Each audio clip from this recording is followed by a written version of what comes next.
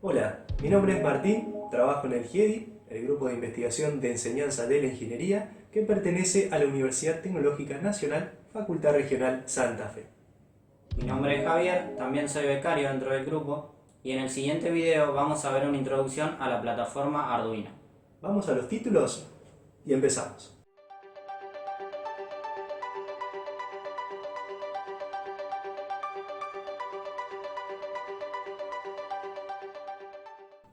Arduino es un dispositivo electrónico que está basado en un microcontrolador programable. ¿Qué implicaría esto? Bueno, de alguna manera yo puedo interactuar con un sistema físico, es decir, automatizar básicamente algo, y obviamente también voy a querer controlarlo, también eso puedo realizarlo con Arduino. Todo esto yo lo hago a bajo costo, es un dato no menor, y se basa además en la filosofía de Open Hardware. ¿Qué sería esto? Bueno, yo en internet, en las páginas de Arduino, pueden encontrar todos los elementos necesarios para poder fabricarlo uno en su casa. De todas formas, lo podemos conseguir también ya preensambleado y listo para programar. Entonces nosotros nos concentramos más en el proyecto que vamos a aplicar y obviamente en la programación que vamos a necesitar para obviamente que eso funcione correctamente, ¿no? Bueno, pero hablamos de microcontrolador. ¿Qué sería un microcontrolador? Básicamente es un pequeño dispositivo en el que yo le puedo definir cómo va a funcionar. Yo le voy a definir a través de una programación cómo va a interactuar con todo lo que yo le conecte, ¿sí? Obviamente esto requiere de un lenguaje de programación definido en el que se le va a indicar perfectamente todos los pasos y todas las interacciones que va a tener que realizar.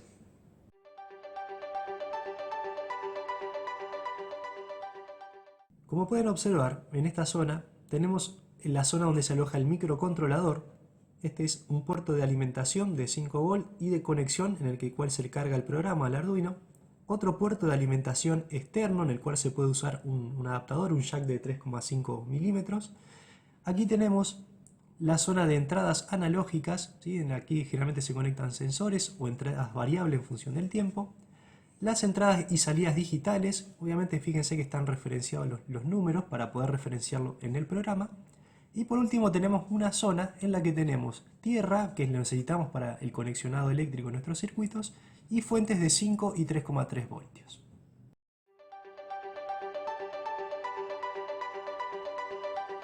Ahora que ya sabemos qué es Arduino, vamos a ver la manera en que podemos utilizar nuestra placa, ¿sí? A través de la lectura de datos. Principalmente lo que se hace es enviar información a la placa mediante sensores, ¿sí? Como puede ser humedad y temperatura a través de este pequeño sensor. Podemos medir también distancia a través de un sensor ultrasónico. Podemos determinar la posición de algún objeto, ¿sí? O también determinar el caudal que está entrando a un tanque a través de un caudalímetro. Todas estas señales son procesadas en nuestro microcontrolador y en función de ellas se toma alguna determinada acción que involucre nuestro proyecto y así interactuar con un entorno físico.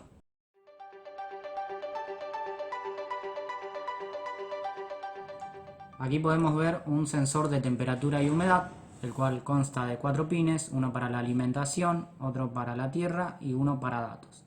El cuarto pin no está conectado, no se utiliza.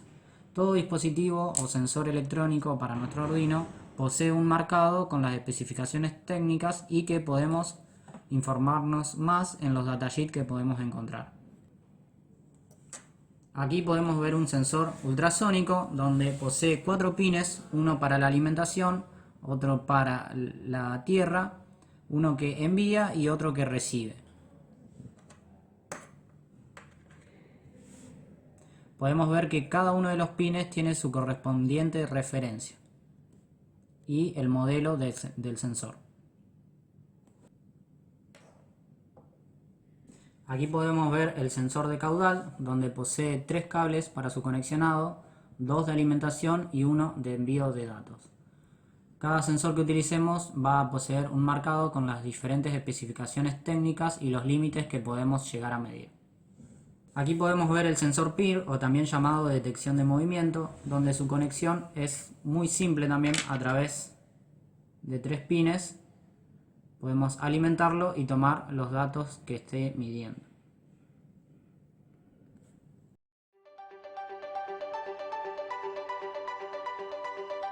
Como bien dijiste, Javier, una vez que tenemos todos los datos ya procesados, por ahí tomados del entorno, lo que necesitamos ahora es actuar a través de, obviamente, lo que se llaman actuadores o cargas, ¿sí? Con una programación adecuada nosotros lo que podemos hacer es interactuar por medio de estos dispositivos con el medio físico. Hay una amplia variedad, les voy a mostrar algunos.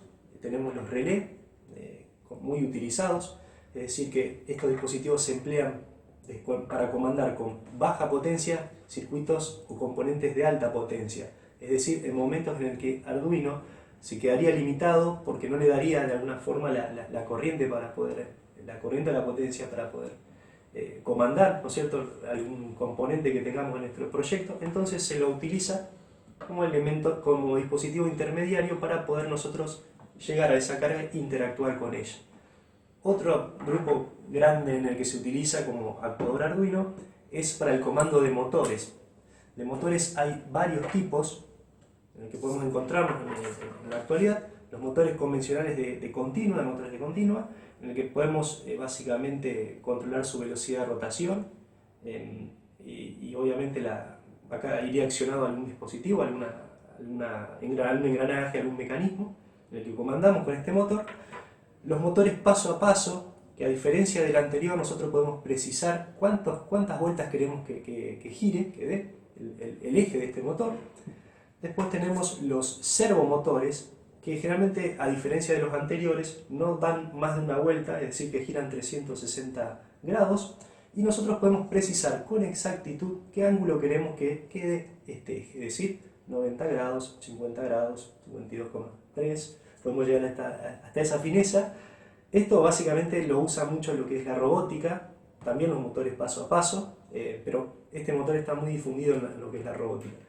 Los paso a paso lo pueden encontrar en las impresoras 3D, que es algo que está muy difundido en la actualidad, y también en máquinas de control numérico, es decir, mecanismos que necesiten con precisión el posicionamiento de algún objeto. Para eso se lo utiliza. Y bueno, el motor de continua ya les comenté el ejemplo.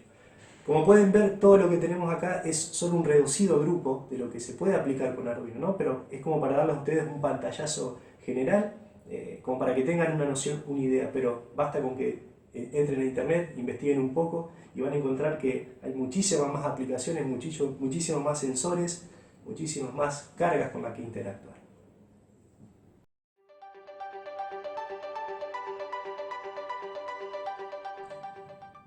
Presentamos el relé convencional, con el que generalmente se utiliza.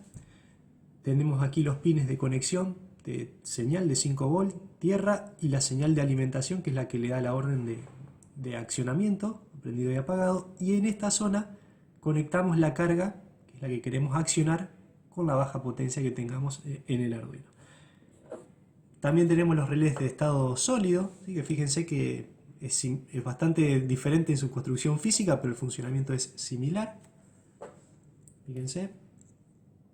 Esto es para fijarlo, ¿no?, a donde lo tengamos que posicionar. Tenemos una zona de conexión de comando, positivo y negativo, sería tensión de alimentación y tierra, y el puerto de conexión para la carga de alta potencia, ¿sí? Presentamos el motor de corriente continua, como pueden ver, muy simple en su construcción. Tiene el eje de rotación donde generalmente acoplamos la carga, y simplemente dos cables de alimentación, ¿sí?, un positivo y un negativo, con el cual al alimentarlo comienza la rotación. Presentamos el motor paso a paso, fíjense, mucho más robusto en la construcción que los motores de continua.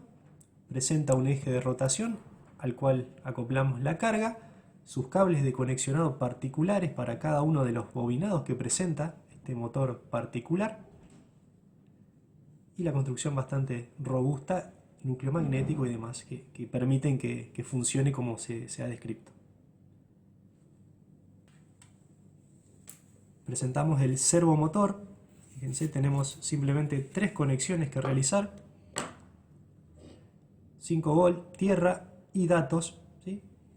Con esa información que necesitamos entregarle al motor, posicionamos, ¿sí?, el eje de rotación, como dijimos anteriormente, en un ángulo entre 0 y 360 grados, 0, 180, 0, 90. Son distintos tipos de motores que tenemos.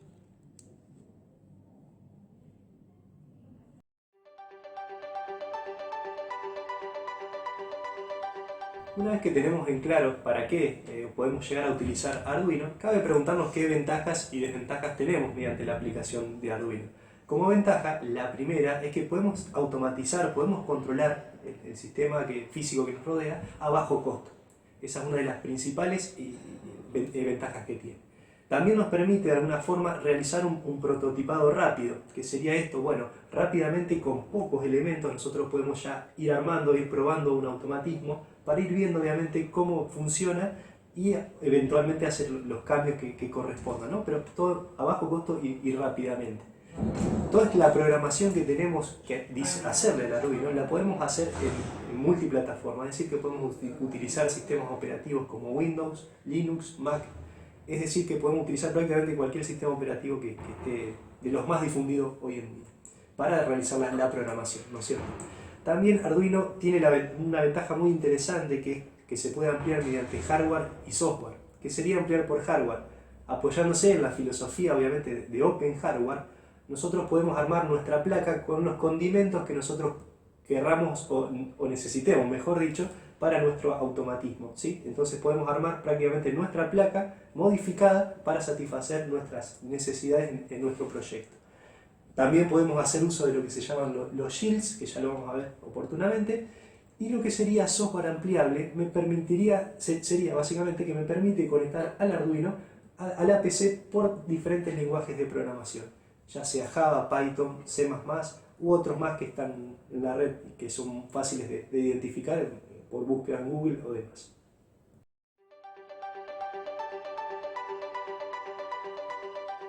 Además de las ventajas que presentó mi compañero, ahora vamos a pasar a mencionarles los puntos desfavorables que posee Arduino, ¿sí? Como toda placa tiene un límite de capacidad tanto en memoria como almacenamiento. Por lo tanto, nuestro proyecto, mientras más complejo sea, más probabilidades de funcionamiento erróneo vamos a tener, ¿sí? Además, como siempre trabajamos con la placa al descubierto y manipulamos conexiones, ¿sí? Podemos modificar pines de entrada, pines de salida, agregar dispositivos que sensen o que actúen en nuestro entorno físico, podemos también llegar a perjudicar el funcionamiento debido a conexiones erróneas. Además, es una placa electrónica que es sensible a variaciones de tensión y perturbaciones por campos electromagnéticos. Por lo tanto, si no tenemos un debido cuidado, podemos llegar a tener errores de lectura en los parámetros. Por último, nuestro proyecto siempre se tiene que adaptar al tamaño de nuestra placa, es decir, que debemos prever antes el tamaño que ésta va a demandar en nuestro proyecto.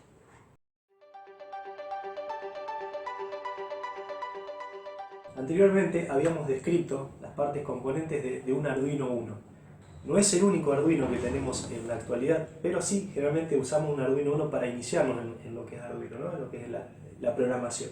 ¿Por qué? Porque presenta un costo relativamente accesible y tiene las cantidades de puertos que por ahí necesitamos para hacer todos los ejemplos de programación y demás que nos hacen falta como para poder después aplicarlo en nuestros proyectos, ¿no es cierto? Pero bueno, cabe destacar que hay una amplia variedad, pero tenemos dos grandes grupos. Una parte que se enfoca a lo que es el minimalismo, fíjense el tamaño reducido comparado, ¿no?, con el Arduino Uno convencional. Y no solo en cuestiones de tamaño, tiene limitaciones en cuestiones de los puertos, la cantidad de cosas que se pueden conectar y el consumo, ¿no? Este consume lógicamente mucho menos y es más barato. Entonces por ahí hay aplicaciones en las que, digamos, ameritan pocas cargas, pocos sensores, entonces por ahí no nos hace falta tantos puertos que no se utilicen, ¿no es cierto? Entonces se recurre a este tipo de Arduinos más reducidos, que este es el Adafruit Trinket, es uno que desarrollaron también, se puede encontrar toda la hoja de datos en internet. Parecido también está el Nano, en cuestiones de tamaño. Pero bueno, después el otro gran grupo que tenemos es los Arduino enfocados ya en una mayor cantidad de procesamiento, que son el Arduino Due en este caso, que fíjense la cantidad de conexiones que tiene, pero ya tiene un microprocesador mucho más avanzado que los demás Arduino. Esto nos permite por ahí aplicaciones un poquito más complejas, más elevadas. También se lo usa también en impresoras 3D, en otros tipos de aplicaciones un poco más complejas, ¿no? Pero básicamente en el mercado hay tres clásicos que van a encontrar. Uno es el Arduino Uno, otro es el Arduino el Nano, ¿sí? También fíjense que presenta diferencia en los pines de conexión. Unos son todos hembra, otros son machos. Por ahí para nuestra quedó la protoboard. Bueno, acá está. Acá, fíjense, es por ahí más fácil montar a las protoboard y conectarlo, mucho más sencillo. Y después tenemos el Arduino Mega. Son los tres típicos que se suelen más comúnmente utilizar. Fíjense que tiene una gran cantidad de puertos de conexión y una memoria un poquito más elevada que los anteriores.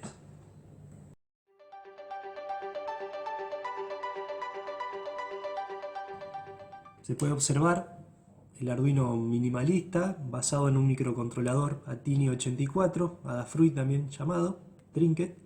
Vemos aquí los pines de conexión, ¿sí?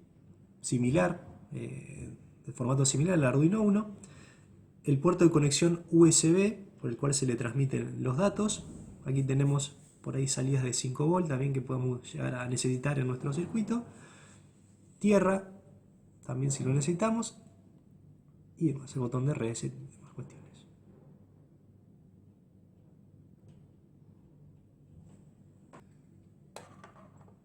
Aquí exhibimos el Arduino Due, como pueden ver, mucho más complejo, con muchas más cantidades de pines de conexión que el Arduino Uno y el Adafruit que mostramos recién. Podemos observar puertos de conexión USB para programar de distinta forma el microprocesador. Este tiene distintas alternativas de programación. Observamos también el jack de alimentación para un adaptador externo. Podemos observar también la zona de entradas y salidas digitales. Y este tiene entradas y salidas analógicas, así que también en la parte de señales analógicas también vamos a ver todo lo que son entradas y salidas. El microcontrolador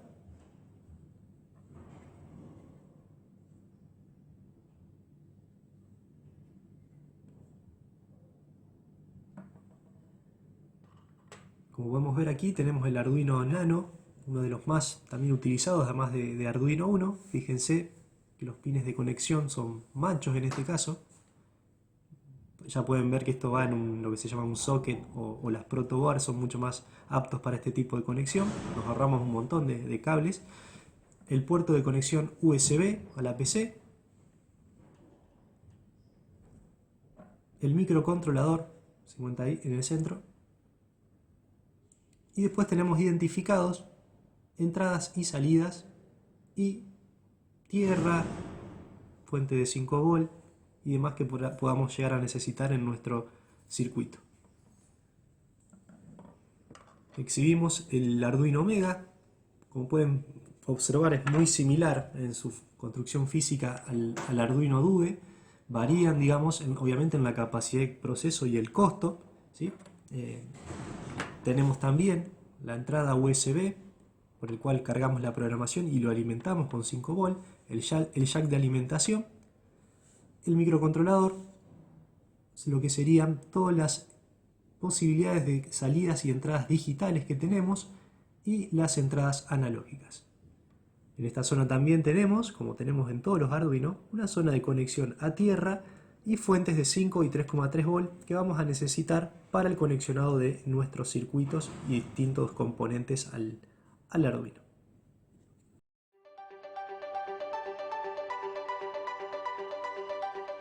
Además de la gran variedad de placas que podemos encontrar en el mercado, también podemos adquirir placas de expansión o también denominados Shield, donde permiten mejorar nuestro Arduino, ¿sí? A través de una simple pantalla y botones integrados, podemos anexarlo en 2 simples pasos al Arduino, generando conexiones rígidas y sin problemas de desperfectos. Por lo tanto, con los botones y una pantalla podemos desplazarnos en un menú interactivo. También existen placas de módulo Wi-Fi, existen las placas denominadas para control numérico de los motores paso a paso, que es muy difundida en impresión 3D y máquinas de grabado y corte. Estas son algunas de las placas básicas que utilizamos hoy en día en el laboratorio, pero también si estamos a un nivel mucho más avanzado podemos llegar a diseñar nuestro propio escudo y anexarlo al Arduino de tal manera de no tener ningún tipo de cable en nuestro proyecto. Por lo tanto, de esta manera podemos generar conexiones sólidas y evitamos todo tipo de falsos contactos en nuestro proyecto.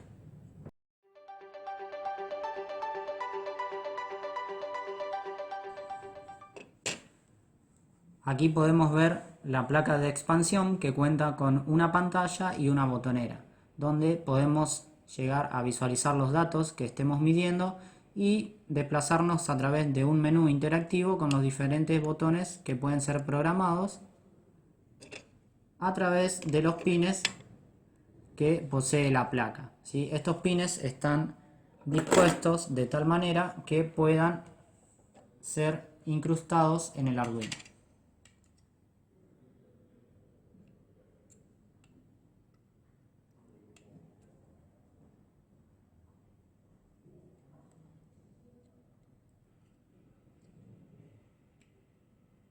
A través de un simple montaje podemos elevar la funcionalidad de nuestra placa.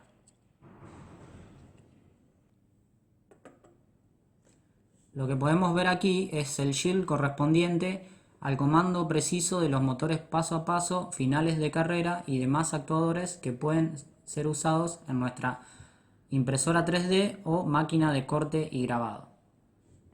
Poseemos de 3 microcontroladores que pueden controlar los 3 ejes X, Y y Z y uno adicional que permite duplicar el corrimiento de un eje. Podemos ver que la disposición de los pines es idéntica al que vimos con la pantalla y la botonera y se anexa al Arduino estableciendo una conexión eficaz y sin problemas de falso contacto.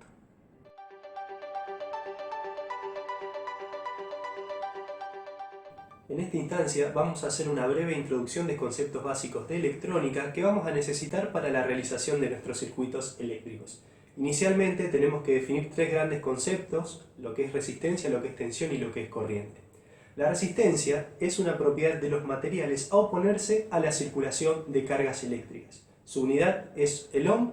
La tensión, por otra parte, es la que surge de aplicar una diferencia de potencial entre dos puntos y se mide en volts. Por último nos queda definir la corriente, que lo que establece es la circulación de cargas eléctricas en un circuito eléctrico y su unidad es el ampere. Bien, estas 3 variables que mencionó mi compañero se relacionan a través de la denominada ley de Ohm. La ley de Ohm permite determinar un parámetro conocido a partir de 2 valores que conocemos en nuestro circuito. Además de la ley de Ohm, tenemos la denominada ley de Kirchhoff, que se aplica tanto para circuitos serie como circuitos en paralelo, y consta de 2 partes. La primera es la ley de los nodos, la cual establece que la sumatoria de corriente que llega a un nodo es igual a la sumatoria de la que sale. La segunda parte es la ley de Kirchhoff de las tensiones, la cual establece que la sumatoria de caídas de tensiones que se produce en un circuito es igual a la de la fuente que lo suministra. Como ejemplo podemos mencionar en un circuito en serie, cuando poseemos 2 pilas idénticas y queremos duplicar su voltaje, se conectan en serie. En el caso del circuito paralelo podemos mencionar nuestros hogares, donde los artefactos funcionan todos con 220 volts. Los conceptos que les comentamos anteriormente son muy amplios, pero acá nosotros teníamos que hacer una introducción para poder, aplicarlo a nuestro circuito. Pueden encontrar extensa información, ya sea en libros, en internet o profesores afines en sus cátedras. Bien, y una manera de asimilar todos estos conceptos teóricos es introduciéndose a la práctica, ¿sí? La resolución de ejercicios y las prácticas de laboratorio ayudan a asimilar muchos los conceptos que antes mencionamos y comprenderlos de tal manera que se puedan aplicar a los circuitos de Arduino.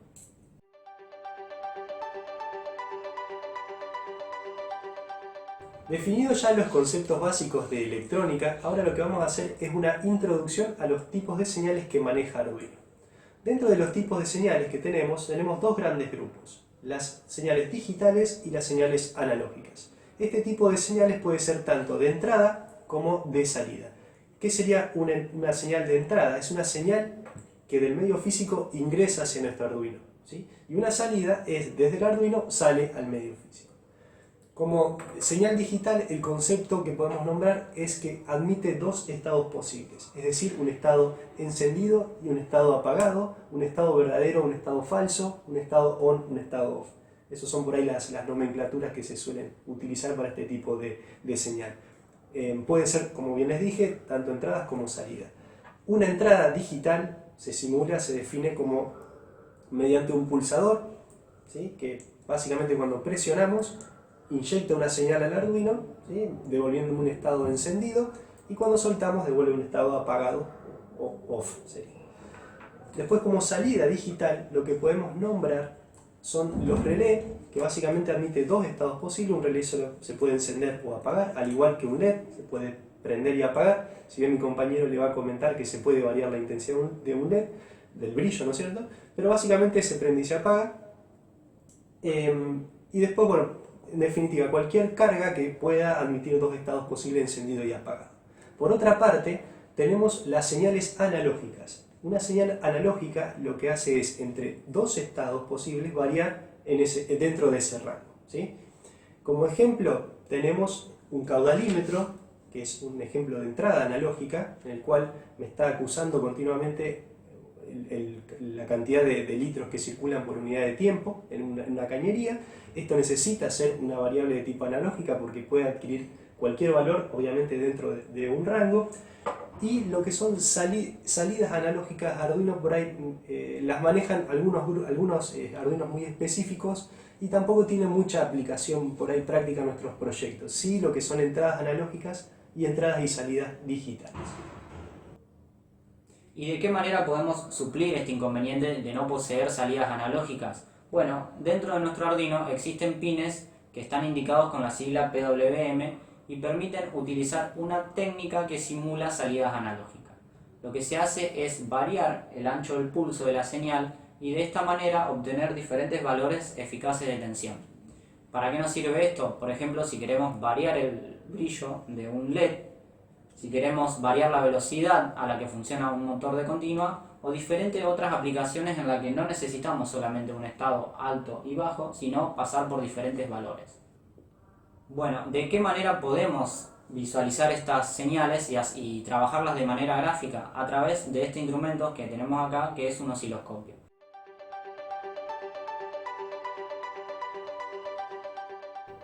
Una vez que definimos los conceptos básicos de electrónica y los tipos de señales que maneja nuestro Arduino, estamos en condiciones de definir cómo programar nuestro Arduino. Arduino deriva su lenguaje de programación del lenguaje C, que es un lenguaje muy utilizado para la programación de otros microcontroladores y de aplicaciones de escritorio.